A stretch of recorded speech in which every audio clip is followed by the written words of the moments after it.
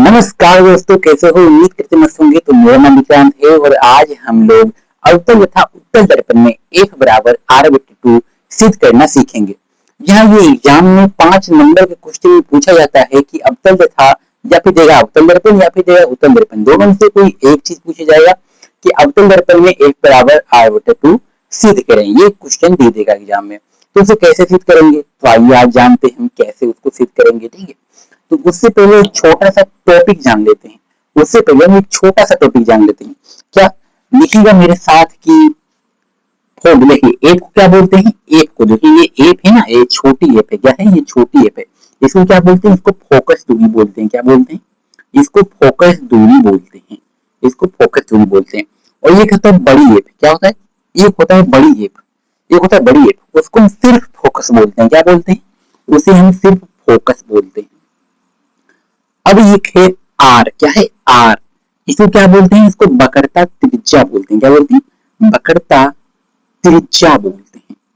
ठीक है, ये जो आर है ना, इसको वक्रता त्रिज्या बोलते हैं।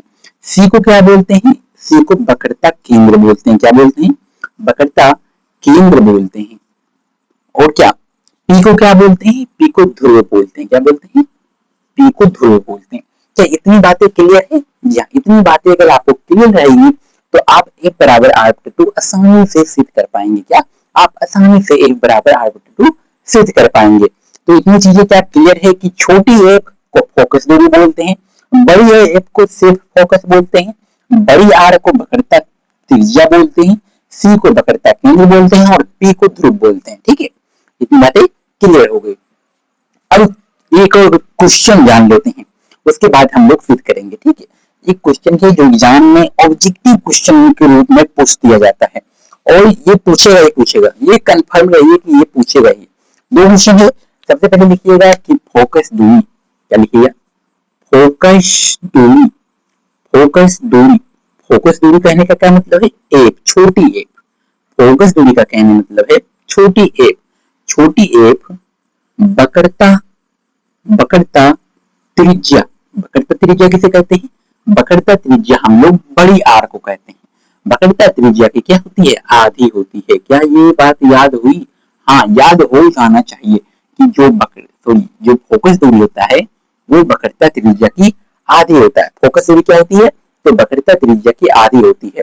और एक चीज और जानिएगा कि जो वक्रता त्रिज्या होता है, जो वक्रता त्रिज्या होता है, वक्रता त्रिज्या कहने का मतलब है बड़ी आर। वक्रता त्रिज्या कहने का मतलब है बड़ी आर। बड़ी आर तो वक्रता त्रिज्या फोकस दूरी। क्या?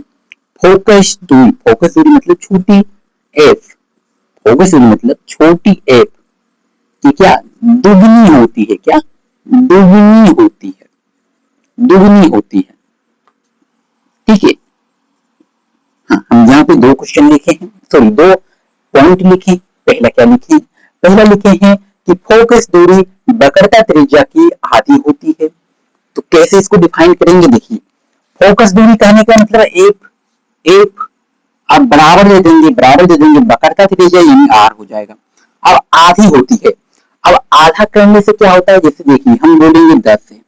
अब 10 का हम कहेंगे आपको आधा करना है, तब सिंपल बोल देंगे 5 है। 10 का आधा 5 है। तो अब कैसे किए? 5 2 से डिवाइड कर दी इसलिए 5 आ गया। अब 2 से डिवाइड कर दी इसलिए यहाँ पे 5 आ गया। इसीलिए एक क्या वक्रता त्रिज्या की आधी है, यानी इसको हम 2 से भागा दे सकते हैं, तब इसका आधी हो जाएगा। यानी जो फोकस दूरी है वो वक्रता त्रिज्या की क्या आधी है। बराबर का मतलब दोनों इक्वल है। दो तराजू है, दो तराजू है। ठीक है, दो तराजू यहाँ पे लटका हुआ है। दो तराजू, इसमें 5 केजी का कोई सामान रखा है, इसमें भी 5 केजी का सामान रखा है। तो क्या हम इसको बराबर बोल सकते हैं? दोनों में अगर 5-5 केजी का सामान रखा है तो क्या इसको हम बराबर बोल सकते हैं? जी हाँ, इसको बराबर बोल सकते हैं। वैसे ही यहाँ पे बराबर है यानी एक भी बराबर है। एक क्या R/2 के बराबर है, एक क्या R/2 के बराबर है और R/2 क्या एक के बराबर है। ये बातें क्लियर हुई? हाँ, इसलिए यहाँ पे लिखे हैं कि फोकस दूरी वक्रता त्रिज्या की आधी होती है। यानी जो फोकस दूरी है वो वक्रता त्रिज्या है ना, इसकी आधी होती है। क्लियर हो गई बातें? ये बातें क्लियर हो गई। अब दूसरा पॉइंट क्या लिखे हैं कि वक्रता त्रिज्या फोकस दूरी की दुगनी होती है। वक्रता त्रिज्या फोकस दूरी की दुगनी होती है। यानी हम यहाँ पे 10 है, अगर हम 10 का दुगना पूछे तो आप क्या कहेंगे? अगर आधा पूछे तो आप 2 से भाग, लेकिन हमें दोगुना पूछे क्या हो गया, क्या हो गया? हम 10 का आधा पूछे तो आप 5 बोलोगे, यानी 2 से उसको भागा दे दोगे। अगर हम 10 का दोगुना पूछे तो आप क्या बोलोगे? आप 10 के दोगुना बोलेंगे, यानी आप 20 बोलेंगे, यानी क्या इसको 2 से गुना कर रहे हैं तभी तो 20 हुआ। 10 का दोगुना 20, कैसे? 2 से उसको गुना किए हैं। वैसे ही यहाँ बोल रहा है बकरता त्रिज्या। बकरता त्रिज्या कहने का मतलब आर। अब फोकस दूरी कहने का मतलब छोटी है, फोकस दूरी कहने का मतलब छोटी है। छोटी है का क्या होता है? दुगुना होता है। छोटी है का क्या? दुगुना होता है। यानी आर बटे 2 यहाँ लिख सकते हैं, ये फार्मूला हम यहाँ लिख सकते हैं, और बराबर एक लिख सकते हैं, नहीं। अब देखिए बराबर की इधर जब भागा में तो बराबर को उधर जाके क्या गुना में हो जाता है, तो यहाँ पे 2 गुना हो जाएगा, यहाँ पे 2 गुना हो जाएगा, 2x हो जाएगा। जी हाँ, अब यहाँ पे बोल सकते हैं कि बकरता त्रिज्या फोकस दूरी की दुगनी होती है, यानी ये 2f ना, इसकी दुगनी बकरता त्रिज्या है। क्लियर हो गई बातें? यहाँ बातें क्लियर हो गई? जी हाँ। अब हम लोग इसको सिद्ध करने की ओर चलते हैं, क्योंकि अब आपको आसानी होगा सिद्ध करने में। ठीक है, देखिए सिद्ध करने से पहले आप फिगर बनाइए। क्या सिद्ध तभी कर सकते हैं जब हम फिगर बनाएंगे, जब हम फिगर नहीं बनाएंगे तो सीधे उसको नहीं माना जाएगा। इसलिए चलिए फिगर बनाते हैं, इसको हम फिगर बनाते हैं। तो ये जो क्वेश्चन है ना, ये एग्जाम में 5 नंबर में पूछे जाते हैं। क्या एग्जाम में 5 नंबर में पूछे जाते हैं? एग्जाम में 5 नंबर में पूछे जाते हैं, जिसमें कि 2.5 नंबर, क्या 2.5 नंबर, इसको 2.5 नंबर बोलते हैं। 2.5 नंबर क्या फिगर में देते हैं। 2.5 नंबर क्या फिगर, फिगर आप जो डायग्राम बनाते हैं ना, फिगर जो बनाते हैं, उसमें आपको 2.5 नंबर मिलते हैं। और बाकी जो 2.5 नंबर जिस आप लिखते हैं उस फिगर के बारे में, तो उसके बारे में जो आप लिखते हैं उसके बारे में आपको मिल जाता है 2.5 नंबर। यानी कि कहने का मतलब है, अगर आप कुछ नहीं लिखे, सिर्फ आप फिगर बना के चले आए, तो आपको 2.5 नंबर देने से कोई नहीं रोक सकता है। वो भी आप अच्छा से फिगर बनाएंगे तो आपको 2.5 नंबर देने से कोई नहीं रोक सकता, आपको 2.5 नंबर मिल जाएगा। ठीक है, तो सबसे पहले फिगर बनाना स्टार्ट करते हैं, क्योंकि वो बहुत ज्यादा इंपॉर्टेंट है। ठीक है, इसको हम मिटा रहे हैं, इसको हम मिटा रहे हैं। चलिए चलिए अब फिगर बनाते हैं। तो एक अवतल दर्पण बोला है, यहाँ पे गौर कीजिएगा, अवतल दर्पण बोला है। यहाँ पे क्या बोला है? अवतल दर्पण बोला है। तो अवतल दर्पण क्या हो, कैसे बनता है? तो अवतल दर्पण बिल्कुल इस तरह बनता है। क्या बिल्कुल, क्या दिख रहा है? हाँ, बिल्कुल इस तरह बनता है। ये थोड़ा छोटा बन गया।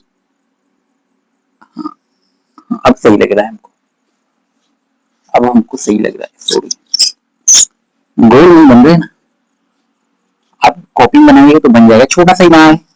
हाँ, क्या दिख रहा है? हाँ, दिख रहा होगा। तो अब ये अवतल दर्पण है। अब अवतल दर्पण इसको नहीं कर सकते हैं जब तक रजतीत नहीं करते हैं, इसको रजतीत करना बोलते हैं। इसको क्या, इसको रजतीत करना बोलते हैं। यहाँ पे एक डिश दे दीजिएगा। ठीक है, बाहर की ओर दीजिएगा, अंदर की ओर नहीं देना है, वरना मेरा जो डायग्राम है वो गलती बन जाएगा। बाहर की ओर देना है, और यहाँ पे निकाल मत देना है। ठीक है, चलिए बन गया। अब देखिए यहाँ पे बीच से एक लाइन खींच दीजिए। क्या करिए, बीच से एक लाइन खींच दीजिए। ये तो हर किसी को पता होता है भाई, बीच से एक लाइन खींच देनी है। ये थोड़ा टेढ़ा लाइन खींचा गया, बिल्कुल सीधी लाइन खींचना है, समांतर से नहीं बनाना है, बिल्कुल सीधी लाइन खींचना है, मुख अक्ष बना रहे। अभी इसको क्या बोलते हैं? इसको हम पी बोलते हैं। इसको क्या बोलते हैं? पी बोलते हैं। हर किसी को पता होता है, इसको हम पी बोलते हैं। और यहाँ पे क्या, इसको क्या बोलते हैं? इसको एफ बोलते हैं, बड़ी एफ, इसको बड़ी एफ बोलते हैं। तो इसको क्या बोलते हैं? इसको सी बोलते हैं, यानी वक्रता केंद्र, इसको फोकस, और इसको ध्रुव बोलते हैं। वक्रता केंद्र, ये है वक्रता केंद्र, ये फोकस, और ये है ध्रुव। क्लियर? और इसको प्रधान अक्ष या मुख अक्ष बोलते हैं। इसको क्या बोलते हैं? इसको मुख अक्ष बोलते हैं, मुख अक्ष, या फिर इसे हम प्रधान अक्ष भी बोलते हैं। ठीक है, इसको प्रधान अक्ष भी हम लोग बोलते हैं। ठीक है, इतनी बातें क्लियर? हाँ, अब देखिए यहां से एक लाइन खींचिए। यहाँ से क्या, यहाँ से एक लाइन खींच दीजिए। यहाँ से क्या खींचा जाएगा? एकदम पूरा सीधा खींचना है। मेरे से थोड़ा टेढ़ा खींचा दिया, कोई बात नहीं, लेकिन आपको पूरा सीधा खींचनी है। आपको क्या, आपको पूरा सीधा खींचनी है, खींचनी है। एक एक जो लाइन है वो खींच देनी है। मैं थोड़ा टेढ़ा हो गया, कोई बात नहीं, आप सीधा खींचिएगा। यहाँ से देखिए, अब यहाँ फोकस आपको दिख रहा है ना, इसको यहाँ से लाके इसको कटा देनी है। यहाँ से इसे कटा देनी है। कट गया भाई? हाँ, कट गया। इसको अब यहाँ इस तरह कर देना है, और इसको यहाँ पे इस तरह कर देना है। क्या हो जाएगा? क्या इतनी बातें हो जाएगा? दिख रहा है क्या? हाँ, इतनी बातें हो जाएगा। अब देखिए इसको यहाँ पे लंब दे देना है। क्या इसको यहाँ पे इस तरह बीच में कोनों में एक लंब दे देना है, कोना में एक लंब दे देना है, कोना में क्या एक लंब दे देना है। और यहाँ पे देखिए, यहाँ पे आपको इस तरह कर देनी है और एक इस तरह कर देनी है और यहाँ पे हमको आई लिख देनी है। क्या लिखनी है? आई। और यहाँ पे हमको आर लिख देना है, यहाँ पे हमको आर लिख देना है। क्या दिख रहा है? क्या दिख रहा है? हाँ दिख तो रहा है भाई, दिख तो रहा है। चलिए यहाँ पे हमको आई दे देना है और यहाँ पे हमको आर दे देना है। हो गया? इतनी बातें क्लियर? हाँ अब देखिए यहाँ पे हमको एम मान लेना है। क्या यहाँ पे हम एम देंगे, यहाँ पर नीचे भी हम लोग एम देंगे, ठीक है। यहाँ पे हम बी देंगे, जहां पे हम कटाए हैं वहां बी देंगे और यहाँ पे हम ए देंगे, ठीक है। तो इतनी बातें क्लियर हो गई? हाँ, ए बी एम और यहाँ पे एम डैश देंगे, ऊपर देंगे एम और नीचे देंगे एम डैश, ठीक है। ऊपर देंगे एम और नीचे देंगे एम डैश और ये पूरा फिगर बनके मेरा तैयार हो गया। अगर आप ये सिर्फ फिगर बना देंगे ना, आप ये सिर्फ फिगर बना देंगे तो आपको आई नंबर देने से कोई नहीं रोक सकता है। ये फिगर सिर्फ आप बना देंगे, ये आपको आई नंबर देने से कोई नहीं रोक सकता है। क्या फिगर बनाने सीख गए? अगर आप फिगर बनाने नहीं सीखे तो भाई छोड़ दो, हम फिर से बता रहे हैं फिगर, सुनिएगा ध्यान से देखिएगा। पहले यहाँ पे आधा सर्कल, गोल सर्कल नहीं लेनी है, आधा सर्कल लेनी है और इसको इस तरह रजतीत कर देंगे। क्या? रजतीत ऐसे कर देंगे, लाइन खींच देंगे ऊपर की सतह पर। अब एक बीच से एक लाइन खींचेंगे। क्या? एक बीच से लाइन खींच देनी है इस तरह। अब जो यहाँ पे ऊपर जो बीच में लाइन खींचे उसके ऊपर भी एक लाइन खींच देंगे और यहाँ पे जो फोकस है, फोकस जो माने ना, यहाँ से ऐसे कटा देनी है और सी को और बी को यहाँ पे ऐसे लंब दे देनी है। सी को बी को क्या एक लंब दे देनी है। ऊपर एम लिखना है, नीचे एम डैश लिखना है और यहाँ कटा हुआ बी लिखना है और ऊपर का जो लाइन है उसे हमको ए लिखना है और जो यहाँ पे एक सी लिखना है क्योंकि यहाँ लंब डाले हैं और यहाँ पे फोकस से कटा है तो यहाँ फोकस लिख देंगे और यहाँ पे पी यानी ध्रुव लिख देना है। सबका नाम भी क्या लिख दें? सबका नाम भी लिख दें। इसको बोलते हैं वक्रता त्रिज्या। क्या बोलते हैं? आप नाम भी दे देंगे तो शायद आपको नंबर मिल जाएगा, ठीक है। आपको आई नंबर काटने से कोई नहीं रोक सकता है, इतना बता दे रहे हैं। इसको क्या बोलते हैं? इसको सिर्फ फोकस बोलते हैं। बड़ी लेटर को, बड़ी एफ को सिर्फ फोकस बोलते हैं। इसे क्या बोलते हैं? इसे ध्रुव बोलते हैं। क्या बोलते हैं? इसको ध्रुव बोलते हैं, ठीक है। इसको मुख्य अक्षर या प्रधान अक्षर बोलते हैं, ये हम बता चुके हैं। और इसको क्या, इसको आपतीत किरण बोलेंगे। क्या बोलेंगे? ये जो दिख रहा है ना आपको, इसको आपतीत किरण बोलेंगे। क्या बोलेंगे? आपतीत किरण, आपतीत किरण। क्या क्लियर हो गई? हाँ, क्या याद हो गया? हाँ, याद तो हो जाना चाहिए भाई, अब तो याद हो जाना चाहिए। और ये जो आई आर दिख रहा है ना, तो ये आई आर का मतलब क्या है? ये आई आर का मतलब क्या है? जो आपको ये आई दिख रहा है ना, इसको लिखेंगे नहीं लिखेंगे कोई बात नहीं, ये आपतीत किरण, आपतीत कोण है और ये परावर्तित कोण है। क्या है? आपतन कोण है और ये परावर्तन कोण है। या आपतन कोण है, ये परावर्तन कोण है, ठीक है। क्योंकि तो दोनों एक दूसरे के समान होता है, ये बात याद रखिएगा, ठीक है। तो ये फिगर बन गया, इसमें हमको आई नंबर मिल जाएगा। अब लिखना स्टार्ट करते हैं। अब मेन प्रोसेस लिखना। अढ़ाई नंबर तो हम ले लिए आसानी से, अब अढ़ाई नंबर और लेनी है हमको। कैसे लेंगे भाई? तो लिख लेंगे। चलिए लिखना स्टार्ट करते हैं। सबसे पहले यहाँ लिखेंगे कि माना की। क्या लिखेंगे भाई? मैथ का पिता जानते हैं किसको कहते हैं? गणित का पिता जानते हैं किसे कहते हैं? गणित का पिता फिजिक्स को कहते हैं। क्या किसे कहते हैं? गणित का पिता फिजिक्स को कहते हैं। और जब मैथ में जब मानते हैं तो फिजिक्स में भी हम मानेंगे, फिजिक्स में भी हम मानेंगे, क्योंकि फिजिक्स से ही मैथ का जन्म हुआ है। फिजिक्स का बेटा क्या है? मैथ है, इसलिए हम मानेंगे। फिजिक्स में भी हम मानेंगे, इसमें कोई कमी मत करिएगा, फिजिक्स में भी मानिएगा। तो यहाँ क्या लिखेंगे? हम लिखेंगे माना की। माना की यहाँ जो आपको एम दिख रहा है ना, यहाँ जो आपको एम दिख रहा है और नीचे एम डैश दिख रहा है, यहाँ जो आपको एम दिख रहा है नीचे एम डैश दिख रहा है ना, इसको क्या बोलेंगे? माना की एम। नीचे लिखना है माना की एम तथा, तथा दे देनी है और एम डैश। माना की एम तथा एम डैश एक उत्तल दर्पण है कि अवतल दर्पण? तो सर जी हम तो अवतल दर्पण में सिद्ध कर रहे हैं, इसमें अवतल दर्पण मानेंगे कि माना कि एम तथा एम डैश क्या है? अवतल दर्पण है, अवतल दर्पण है। माना कि एम डैश, एम तथा एम डैश अवतल दर्पण है। क्या इतनी बातें क्लियर होगी? इतनी बातें क्लियर हुई? हाँ हुई।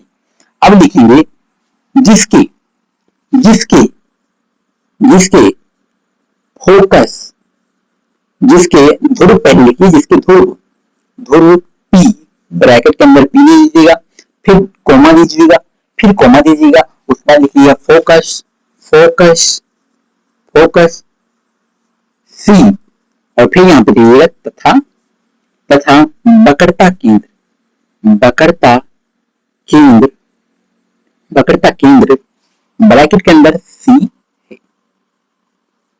क्या इतनी बातें क्लियर हो गई? इतनी बातें क्लियर हो गई, माइंड में घुस गया? हाँ, क्या लिखेंगे? माना कि M तथा M बेस एक अवतल दर्पण है जिसके ध्रुव P, फोकस F और वक्रता केंद्र C है। ठीक है, अब क्या लिखना है? अब हमको रचना लिखना है। रचना लिखने से पहले हमको यहाँ पे आपतित किरण है, यहाँ पे B है, इसको भी हमको दर्शाना है, इसको भी हमको दर्शाना है। तो यहाँ लिखेंगे कि ए बी, क्या लिखेंगे? A B, A B, A base B लिखिए। ठीक है, ए बेस बी, या फिर सटा के लिखिए, कोई दिक्कत नहीं है। ए बी, ए बी कौन है? ये ए, ये है बी। क्या है? ये है ए, ये है बी। अब क्या लिखेंगे कि माना कि ए बी एक आपतित किरण है। क्या बोलेंगे? माना कि ए बी, माना कि तुम यहां मान लिए, अब दोबारा नहीं मानना है, पहले ही मान चुके हैं, अब दोबारा नहीं मानना है। ठीक है, मात्र एक भी मानना है। वहां लिखेंगे ए बी एक आपतित किरण है। यही आपतित किरण है। आपतित किरण क्या आपको दिख रहा है? हाँ, ए बी एक आपतित किरण है, आपतित किरण है, किरण है जो, क्या लिखेंगे? जो दर्पण से परावर्तन के बाद, अब लोगों से दर्पण से परावर्तन कहाँ किया है भाई? किया ना, आपतित किरण यहाँ किया, और ये दर्पण है, ये अवतल दर्पण है भाई, ये अवतल दर्पण है। ये जो हम बनाए ना, ये अवतल दर्पण है। ये जो हम इस तरह बनाए हैं और रजदीद किए हैं, कहाँ है भाई? हाँ ना ये, और यहाँ पे जो रजदीद किए हैं, ये क्या है? ये अवतल दर्पण है, ये अवतल दर्पण है। तो क्या ए बी ये अवतल दर्पण है, यानी दर्पण है। अब दर्पण से परावर्तन के बाद क्या? फोकस से होकर गुजरती है। दर्पण से परावर्तन के बाद क्या? फोकस से होकर गुजर रही है। तो यहाँ पे हम लिखेंगे, यहाँ पे लिखेंगे ये दर्पण से परावर्तन के बाद, दर्पण से परावर्तन के बाद, परावर्तन के बाद फोकस से होकर गुजरती है। क्या लिखेंगे? फोकस, फोकस, फोकस को किससे यूज करते हैं? तो बड़ी एफ से करते हैं। फोकस से होकर, होकर गुजरती है, गुजरती है। ठीक है, क्या इतनी बातें क्लियर होगी? क्या इतनी बातें क्लियर हुई? अरे क्या हो गई? हाँ, क्या लिखेंगे कि ए भी एक आपतित किरण है जो दर्पण से, दर्पण से, यहाँ पे देखिए, दर्पण से परावर्तन, यहाँ पे परावर्तन क्या? परावर्तन के बाद ये फोकस है ना, फोकस से वो गुजर रही है। यहाँ से देखिए, ये बेस है ना, इसे क्या दर्पण से परावर्तन किया और फोकस से वो गुजर गया। ठीक है, ऐसे क्या? ये दर्पण है, ये इसे, ये आपतित किरण है, ये आपतित किरण है। यहाँ ये दर्पण से परावर्तन किया और फोकस से वो गुजर गया। ठीक है, अब यहाँ पे रचना लिखेंगे। अब यहाँ पे एक रचना लिखिए, रचना, रचना, रचना में क्या देंगे? तो रचना में देंगे सी और बी, सी और बी, सी और बी, सी और बी रचना देंगे।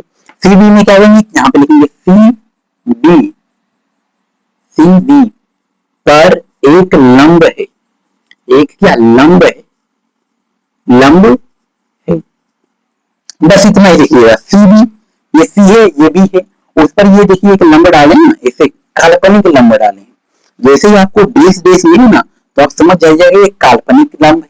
अगर पूरा सीधे मिले तो आप जान लीजिए ये वास्तविक लंब है। लंब भी दो प्रकार के होते हैं। तो ये काल्पनिक लंब डाले हैं, तो हम लंब डाले हैं, यानी लिखना पड़ेगा हमको। तो सी बी पर एक क्या है? सी बी पर एक लंब डाला है, सी बी पर एक लंब डाला है, डाला है। या फिर ऐसे भी लिख सकते हैं कि जिसमें, इसके बाद आप लिखना चाहे तो लिख भी सकते हैं कि जिसमें आई आर क्या? आप अपतन कोण और परावर्तन कोण क्या है? बराबर है। ऐसे लिख सकते हैं जिसमें, जिसमें आई, आई तथा आर क्या? बराबर है। आई तथा आर बराबर बराबर है। ठीक है, इतना तो क्लियर। अरे बोलो क्लियर हुआ? हाँ हो गया। अब इतना जब लिख लिए हम, अब यहाँ लिखेंगे तो हमें सिद्ध करना है कि, अब तो लिखना पड़ेगा ना कि तो हमें सिद्ध करना है कि, नीचे लिखेंगे तो हमें सिद्ध करना है कि, क्या लिखेंगे? तो हमें सिद्ध करना है कि, क्या सिद्ध करना है? एफ बराबर आर बटे टू, या एफ बराबर आर बटे टू, एफ बराबर आर बटे टू, हमको यही तो सिद्ध करना है भाई, हमको तो यही सिद्ध करना है, एफ बराबर आर बटे टू। ठीक है, ये क्या आप डायग्राम उतार दिए, क्योंकि हम इधर लिखेंगे, इधर जगह नहीं है, इसलिए हम इधर लिख देंगे। ये डायग्राम क्या उतार लिए आप लोग? बोलो, ये डायग्राम क्या उतार लिए हैं? क्या उतार लिए? नीचे दिख रहा है क्या? नीचे नहीं होगा तो नीचे उतार देंगे। दिख रहा है? दिख रहा है क्या? नीचे उतार देते हैं यहीं पे। इसके बाद लिखेंगे प्रावर्तन के नियम से। इसके बाद क्या लिखेंगे? प्रावर्तन के नियम से। इसको मिटा रहे हैं तो लिखेंगे, यहीं पे लिखेंगे इसको मिटा रहे हैं, इसको मिटा रहे हैं। नोट करिए तो बोलिए, इतना तक नोट हो गया तो बोलिए, क्या इतना तक नोट हो गया? अरे वाह, हो गया नोट, तो मिटा रहे भाई, तो मिटा रहे। हाँ, इसको मिटाएं।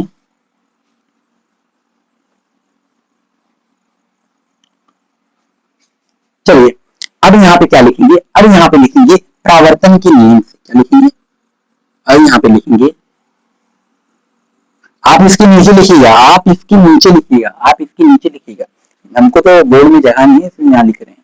ठीक, यहाँ लिखेंगे प्रावर्तन के नियम से। क्या लिखेंगे? प्रावर्तन, प्रावर्तन के नियम से, प्रावर्तन के नियम से, नियम से, प्रावर्तन के नियम से। प्रावर्तन के नियम क्या करता है? तो कोण, क्या कोण, इसको मिटा के बहुत बड़ा गड़बड़ कर दिए। फिगर तो बनाना जरूरी है, एक छोटा सा फिगर यहाँ पे बना रहे हैं। ठीक है, फिगर तो बनाना बहुत ज्यादा इम्पोर्टेंट है, तभी तो आपको समझ में आएगा। फिगर बना देते हैं यहाँ पे, सेम फिगर बनाएंगे, बस थोड़ा छोटा बनाएंगे। ठीक है, बस थोड़ा सा छोटा बनाएंगे, बाकी सेम फिगर है। आप बोलोगे कि दूसरा फिगर बना दिया भाई, तो दूसरा फिगर नहीं है, सेम फिगर है, एफ है और ये सी है।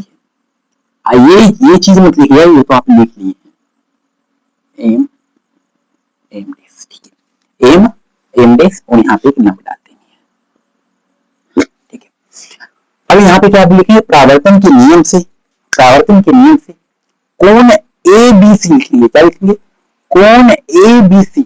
नाम देखिए ए बी सी, अगर हम इसको मिला दें, इसको मिला दें तो क्या कोण बन गया? ये देखिए, ये कोण बन गया। ये कौन सा त्रिभुज बना? ये समकोण त्रिभुज बना। कौन? ये समकोण। देखिए, इसको हम पलट करके लिखेंगे तो जैसे लिख सकते हैं क्या? देखिए, इसको, ये चीज को अगर हम पलट करके लिखेंगे तो इस तरह त्रिभुज बनेगा, बनेगा ना। और इसको कौन सा त्रिभुज कहते हैं? तो इसको हम समकोण त्रिभुज कहते हैं। इसको क्या कहते हैं? इसको समकोण त्रिभुज कहते हैं, इसको समकोण त्रिभुज कहते हैं। और समकोण त्रिभुज का जो डायरेक्शन होता है ये इस तरह होता है, इसमें कंफ्यूजन मत होइएगा, इसको एल मत पढ़िएगा। ये कोण लिखें, इसको क्या पढ़ेंगे? इसको हम कोण पढ़ेंगे, इसको हम कोण पढ़ेंगे, इसको एल मत पढ़िएगा। इसको एल पढ़ने की भूल बिल्कुल मत करिएगा, इसको हम कोण पढ़ते हैं, इसको हम कोण पढ़ते हैं। ठीक है, चलिए, तो क्या लिखेंगे? कोण ए बी सी। क्या लिखेंगे? कोण A B C, A B C. इसको मिटा रहे हैं, इसको जोड़ मत दीजिएगा आप लोग, आपको समझाने के लिए हम इस तरह लिखे। हाँ, कोण ए बी सी बराबर, कोण ए बी सी बराबर कोण C B F, C B F. देखिए यहाँ पे सी बी एफ, देखिए ये, देखिए ये यहाँ मिला, यहाँ मिला, ये भी कोण बन रहा है, ये भी त्रिभुज बन रहा है, ये भी कोण बन रहा है। यहाँ पे देखिए, इसमें कोण सी बी एफ लिखेंगे। क्लियर? यहाँ तक क्लियर हुई? हाँ, रटना नहीं है, समझना है। ठीक है, इसमें इतना मेहनत करने। तथा, अभी लिखेंगे तथा कोण सी बी एफ तो लिखेंगे, कोण सी बी एफ लिखेंगे बराबर कोण, अब की बार क्या लिखेंगे? बी सी एफ लिखेंगे, अब की बार बी सी एफ लिखेंगे, बी सी एफ। अभी उल्टा करके लिखेंगे, अब की बार उल्टा करके लिखेंगे, तो उल्टा करके लिखेंगे तो यहाँ पे क्या लिखेंगे, यहाँ पे लिखेंगे एकांतर होने के कारण।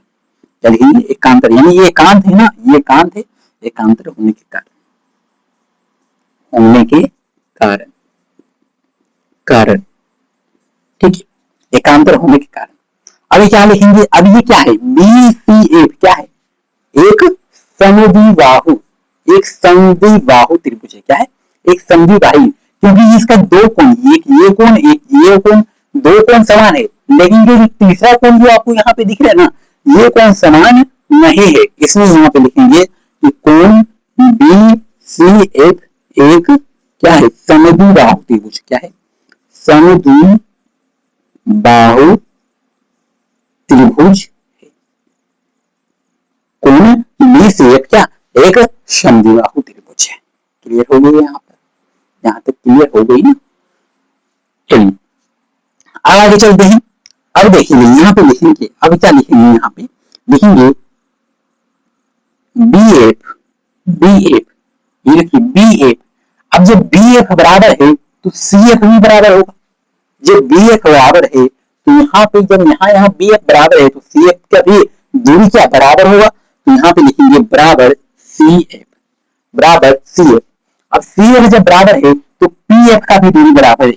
यहाँ से यहाँ तक का दूरी बराबर है और यहाँ से यहाँ तक का दूरी बराबर है, लेकिन यहाँ से यहाँ तक का भी दूरी बराबर है, इसलिए यहाँ पे लिखेंगे PF, PF बराबर PC/2 लिखेंगे। बराबर क्या, PC/2 लिखेंगे, बराबर PC/2 होगा। क्योंकि जब ये, ध्यान से सुनिएगा मेरी बात से ध्यान से सुनिएगा, जब ये दोनों मिल गया, जब ये दोनों मिल गया और PC, देखिए यहाँ से यहाँ क्या होगा, PC बराबर, यह क्या होगा, CF बराबर PF बराबर, और क्या हो जाएगा, BF भी हो जाएगा, यहाँ पे BF भी हो जाएगा। अब जो ये क्या इतना बड़ा हो सकता है, ये इतना बड़ा हो सकता है जब इसको 2 से भागा देंगे ना तो ये इतना बड़ा होकर इतना छोटा हो जाएगा। जब PC छोटा होकर क्या CF बन जाएगा, PC छोटा होकर CF बन जाएगा, या फिर PF बन जाएगा, या फिर BF बन जाएगा। जब इसे 2 से भागा देंगे तब, ऐसे नहीं होगा, ऐसे नहीं होगा। मेरी बात समझ रहे हैं क्या, मेरी बात समझ रहे हैं, फिर से हम समझा रहे हैं, हमको लग रहा है कि आप लोग नहीं समझे। देखिए कहाँ दिक्कत हो रहा है, आपको यहाँ दिक्कत हो रहा है कि ये कैसे लिखते हैं, ये कैसे लिखते हैं, आपको यहाँ दिक्कत हो रहा है, हम जानते हैं। देखिए BF लिखेंगे, यहाँ पे BCF है तो हम सिर्फ BF लिख देंगे। क्या लिखेंगे, BF लिख देंगे। अब BF बराबर जितना दूरी BF का है, यहाँ पे देखिए जितना दूरी, आप लोग फिगर में कोई छेड़खानी मत कीजिएगा, आपको समझाने के लिए बता रहे हैं। जो जितना दूरी यहाँ पे आपको BF में दिख रहा है, उतना दूरी तो आपको CF में भी दिख रहा है, उतना दूरी तो आपको CF में भी दिख रहा है, दोनों का दूरी तो बराबर है, इसलिए यहाँ पे लिखेंगे CF, इसलिए यहाँ पे CF लिख दी। अब जितना दूरी CF में दिख रहा है उतनी दूरी तो PF में भी दिख रहा है, उतना दूरी तो PF में भी दिख रहा है, इसलिए यहाँ पे PF लिख दिए, इसलिए PF लिख दिए। अब बराबर, इसका बराबर ये लिख दिए, इसका बराबर ये लिख दिए। अब इसको भूल जाओ, अब इसको भूल जाओ और PF को बराबर CF/2। अब आपको कंफ्यूजन यहाँ होना चाहिए, क्योंकि इसके बराबर लेते हैं। अब ये दोनों को भूल जाओ, ये दोनों को भूल जाओ, उसको बराबर ही लिखें। अब यहाँ पे दिक्कत हो रहा है, PF बराबर PC/2 कैसे हो गया भाई, तो देखिए ये पूरा दूरी, ये यहाँ पे P है, यहाँ पे C है, ये PC है, यहाँ पे PC है। अब बराबर PF, इतना दूरी PF, तो क्या बराबर हो सकता है, क्या बराबर हो सकता है, PF बराबर PC बराबर हो सकता है, नहीं हो सकता है, क्योंकि PF का दूरी छोटा है लेकिन PC का दूरी बहुत बड़ा है, उसका दुगना है। PF का क्या दुगना है PC, इसलिए इसको 2 से भागा दे देंगे तो भागा लगेगा तो इसका सेम आ जाएगा, भागा लगेगा तो इसका सेम आ जाएगा, इसलिए यहाँ पे लिखे PF बराबर PC/2, PF बराबर PC/2, इसलिए यहाँ पे लिखे। कंफ्यूजन दूर हुआ, अरे दूर हुआ, डाउट क्लियर हुआ, हाँ हो गया। अब जब यहाँ पे आप इतना लिख दिए हैं, अब यहाँ पे इतना लिख दिए हैं, अब यहाँ पे लिखेंगे, इसलिए F बराबर R/2। अब बोलोगे ये कैसे सीट हो गया भाई, अभी यहाँ कंफ्यूजन जाके अटक गए। देखिए कंफ्यूजन हमको नहीं होना है, यहाँ पे PC/2 हम सीख लिखे हैं, PF भी लिखे हैं, और P और F के बीच की दूरी को हम क्या कहते हैं, तो P और F के बीच की दूरी को हम F कहते हैं। क्या कहते हैं, F कहते हैं।